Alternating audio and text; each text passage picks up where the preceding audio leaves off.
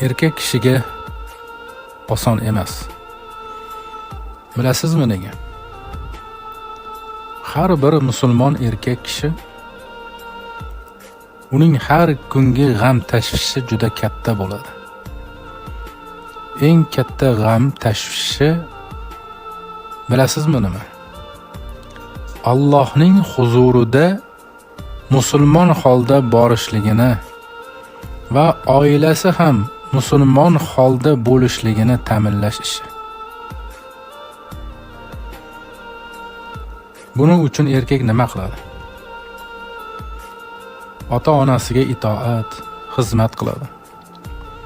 Aka-ukasi, opa-singlisiga silay rahim qiladi.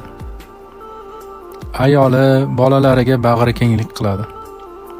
Ularni boqadi, yediradi, kiyintiradi, maskan topadi, boshpana beradi.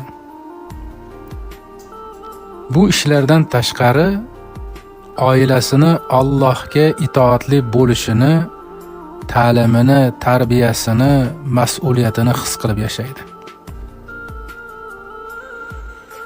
Ota-onasi-yu oilasini boqish uchun ko'chalarda turli insonlar bilan ro'baro kelib yashaydi. Turli sinovlar, fitnalarga duch keladi. Yaxshi yomon kunlarni ko'radi. Issiq-sovuq kunlarda yuradi. Erkak kishini qalbini esadigan narsa nima?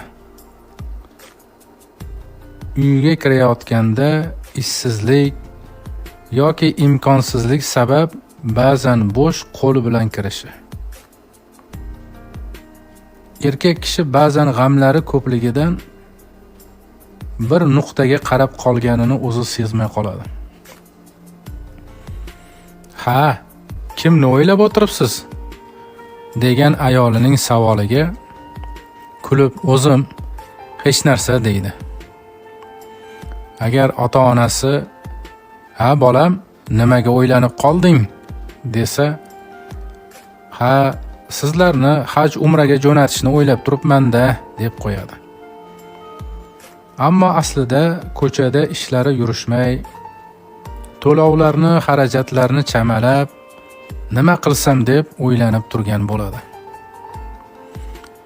Bolasini eski suv o'tadigan kiyimlariga qarab qalbi ezilsa-da, imkonsizlik uni sochiga oq tushiradi.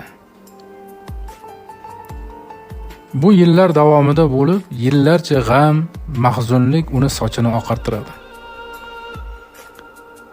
Ey birodarim, mahzun bo'lma. Seni Robbing ko'rib turibdi. Robbing unutmaydi.